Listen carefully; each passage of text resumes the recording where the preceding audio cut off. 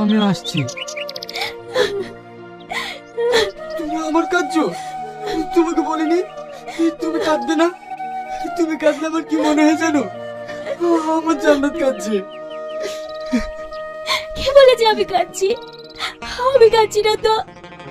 তোকে ছাড়া আমি কখনো একা থাকি না তো, তাই।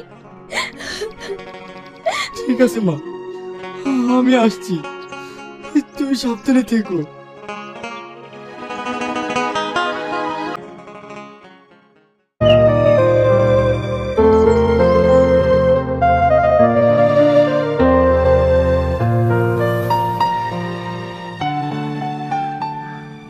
তুই না, আজকে আমি কেরালায় কাজে চলে যাচ্ছি। তুমি সাবধানে থেকো। তোমাকে ছেড়ে থাকতে আমার ভীষণ কষ্ট হবে। আমি তোমায় অনেক মিস করব।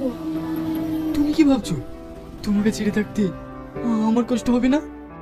কি হলো, তুমি কাঁদছো কেন? দূর পাগলি, আমি তো তোমার জন্যই বাইরে যাচ্ছি। ওখানে গিয়ে আমি অনেক টাকা ইনকাম করব, যাতে তোমার আব্বা খুশি হয়ে তোমাকে আমার হাতে তুলে দেয়। তুমি সাবধানে থাকবে আর নিজের শরীরে যত্ন নেবে। ঠিক আছে বাবা, ঠিক আছে। আমার আবার ট্রেনের সময় হয়ে যাচ্ছে, আমি আসছি।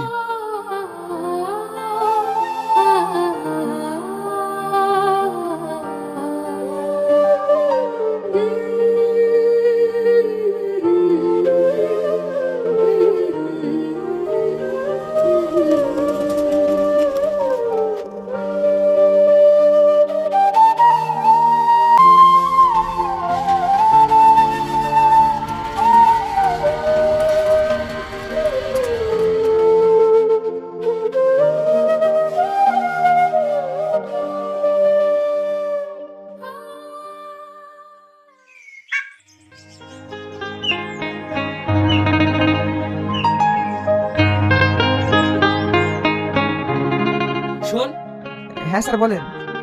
তোদের এখানে কাজ হয়ে গেলে পাশের বিল্ডিং এ 400 বস্তা বালি তুলে দিবি। বাবু, আজকে আমরা ওভার ডিউটি করতে পারবো না। রোজা রেখে কাজ করতে অনেক কষ্ট হচ্ছে। তাহলে এই কাজগুলো কে করবে? আমাকে 10 দিনের মধ্যে এই বিল্ডিং হ্যান্ড ওভার করতে হবে। বাবু, ওই বিল্ডিং এর 400 বস্তা বালি আমি তুলে দেবো। কি, তুই একা এতগুলো বস্তা তুলতে পারবি? হ্যাঁ পারবো, আমি সারা রাত জেগে কাজ করব। আচ্ছা ঠিক আছে, তুলে দিস। বাবু, আর একটা কথা বলছিলাম। হ্যাঁ বল। বিল্ডিং এর আরো যদি অন্যান্য কাজ থাকে আপনি আমাকে বলবেন, আমি দিনরাত কাজ করতে চাই। আচ্ছা ঠিক আছে।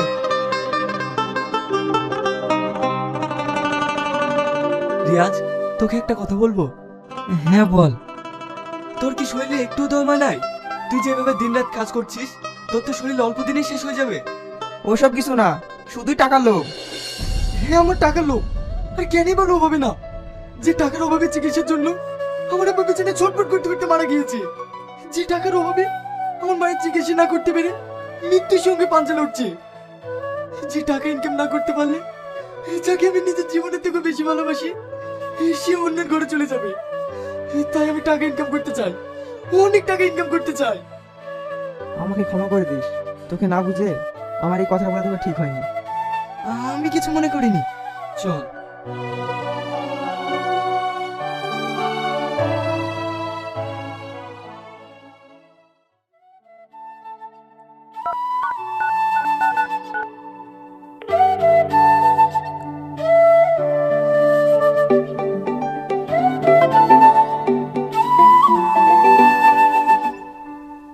হ্যালো, কে?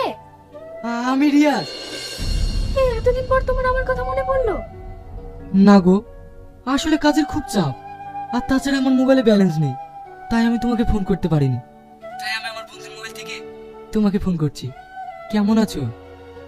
তুমি জানো না তোমাকে ছাড়া আমি কেমন থাকতে পারি? তুমি কষ্ট পেও না, আমি এখানে ভালো কাজ পেয়েছি, সেখান থেকে অনেক ইনকাম হচ্ছে। আমি এখান থেকে ফিরেই তোমাকে বিয়ে করে নেব। বাবা, বাবু দেখছে তর্স হয়েছে না? কেন শুইবে? আমি এখানে এসেছি তো তোমাকে পাওয়ার জন্য। তুই না রিয়াজ, তোমাকে আমি পরে ফোন করছি, মা ডাকছে। মা, কিছু বলছো? হ্যাঁ, তোর জন্য একটা খুশির খবর আছে। কি খুশির খবর? তোর আব্বা তোর জন্য একটা ছেলে দেখেছে। কি? হ্যাঁ। মা, আমি এখন বিয়ে করব না। বিয়ে করবি না মানে?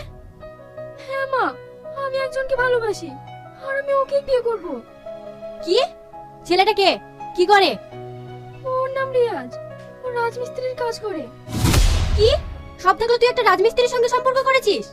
দেখ, তোর সঙ্গে যে ছেলেটার বিয়ের কথা চলছে ওরা অনেক বড় লোক, 5খানা হোটেল আছে।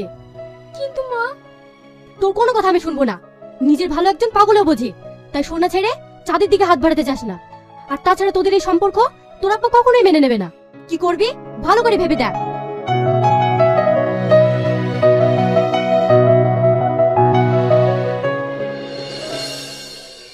50 টাকা 11 কোটি, 50 টাকা 11 কোটি, হোলির স্পেশাল অফার 50 টাকা 11 কোটি।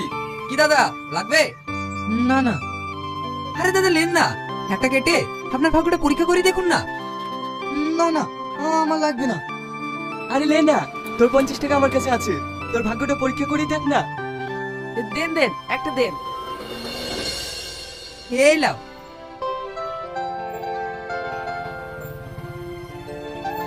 পঞ্চাশ টাকা 11 কোটি, 50 টাকা 11 কোটি, হোলির স্পেশাল অফার 50 টাকা 11 কোটি।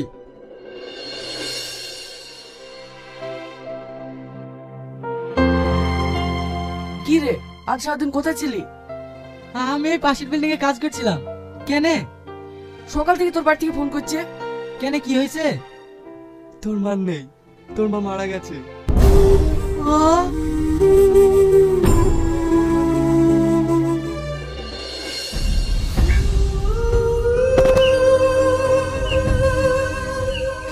মা, তুমি আমাকে ছেড়ে চলে গেলি মা। আমি এখন কি নিয়ে থাকবো মা? আমি এখন কাকে মা বলে থাকবো মা? আমি তোমার এত তোমাকে ছিলি মা, এই যে তোমাকে আমি শেষ টাকাটাও দেখতে পেলাম না মা। আমি তোমাকে মেরে ফেললাম মা, আমি তোমাকে মেরে ফেললাম।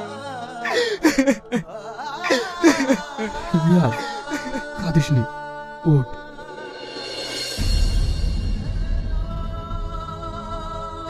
মার কি হয়েছিল? তুই না কাল বিয়ে হয়ে গেছে। হ্যাঁ, এটা শোনার পর চাচি ওখানে ছুটে গিয়েছিল। তারপর তুই না, তুই না। কি হয়েছে? এভাবে চিৎকার করছেন কেন? তুই না, এ আমি কি শুনছি? তুমি নাকি অন্য কোথাও বিয়ে করছো? হ্যাঁ, আপনি ঠিকই শুনেছেন। তুমি না আমার ছেলেকে ভালোবাসো। তোমার বিয়ে হয়ে গেলে আমার ছেলে শেষ হয়ে যাবে। তুমি দয়া করে এই বিয়েটা করো না। ভালোবাসা? দুদিন একটু মিষ্টি মিষ্টি করে কথা বলেছি, এটাকে আপনার ছেলে ভালোবাসা ধরে নিয়েছে। আমি আপনার ছেলেকে ভালোবাসি না, আর আমি আপনার ছেলেকে কোনোদিনই বিয়ে করতাম না। এই তুমি কি বলছো মা? আমি তোমার হাত ধরছি, তুমি দয়া করে আমার ছেলের জীবনটা নষ্ট করো না। ছাড়ুন, দেখুন আমি আপনার ছেলেকে চিনি না, আপনি এক্ষুনি বাড়ি থেকে চলে যান। না মা, তুমি এটা করতে পারো না। এই বুড়ি, শুনতে পেলি না? যাবে না এখান থেকে।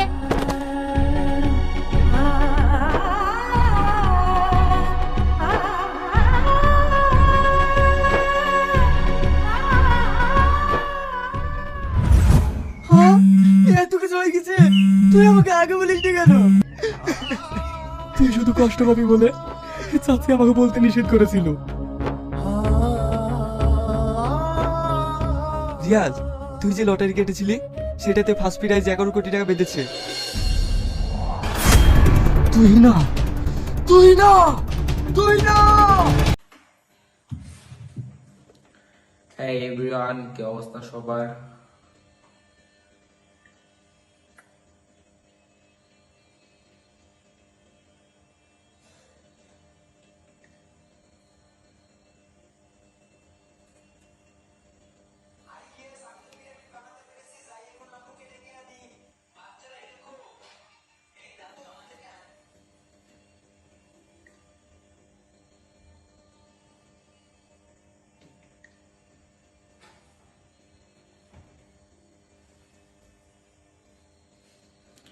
গরিবের স্বপ্ন নাটকটি আসলে কবে আপলোড হবে সেটা আমি জানি না, শুধু শুধু বসে আছি।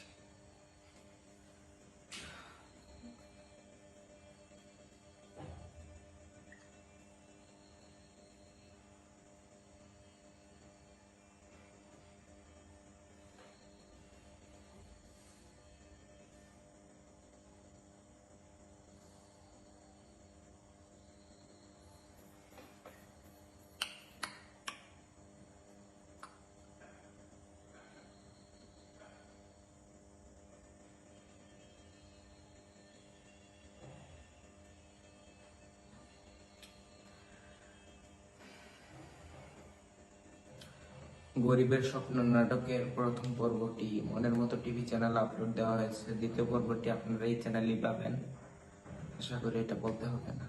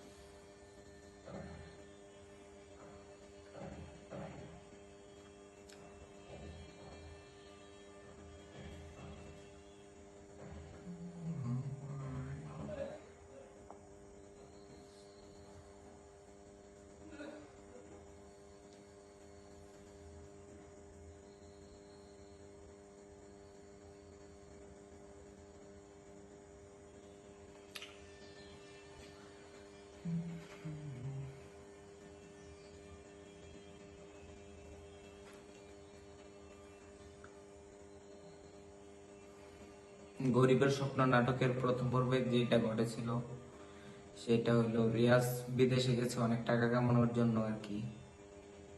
এটা অবশ্যই আপনারা দেখেছেন।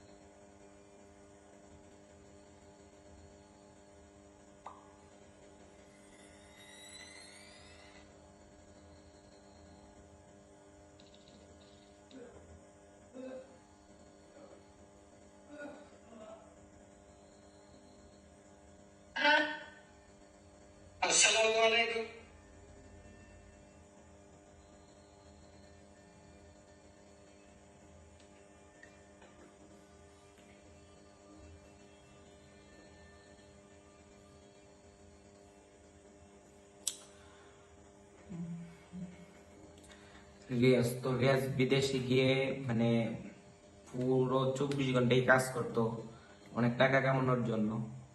তার মধ্য দিয়ে আবার সে 50 টাকা দিয়ে একটি লটারি ধরে।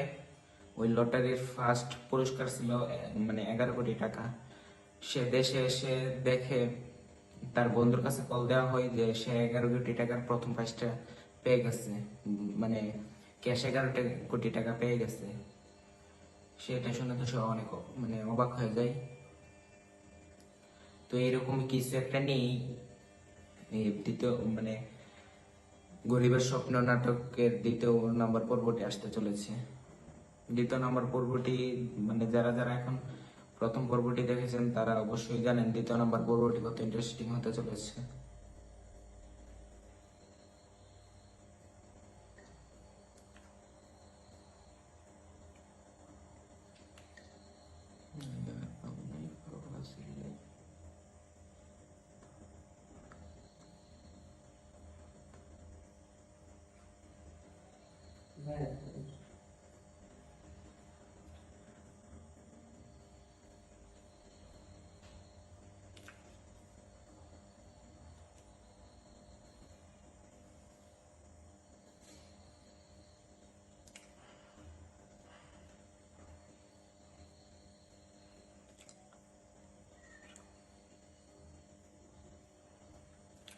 আর একটা নাটক বানাতে তো অনেক পরিশ্রম হয়, এডিটিং এর কাজ, শুটিং এর কাজ, অনেক কিছু।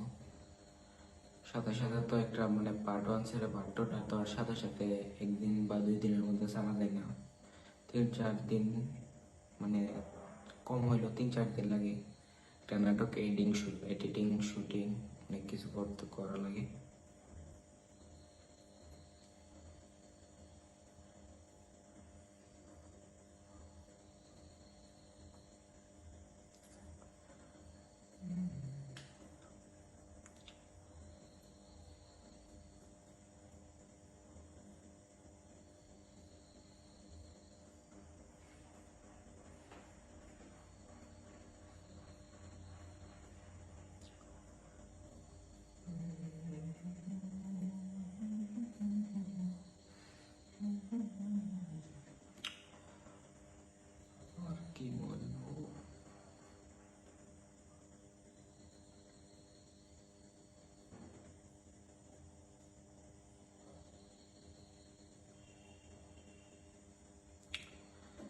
আজকের ভিডিও এই পর্যন্ত, সবাই ভালো থাকবেন।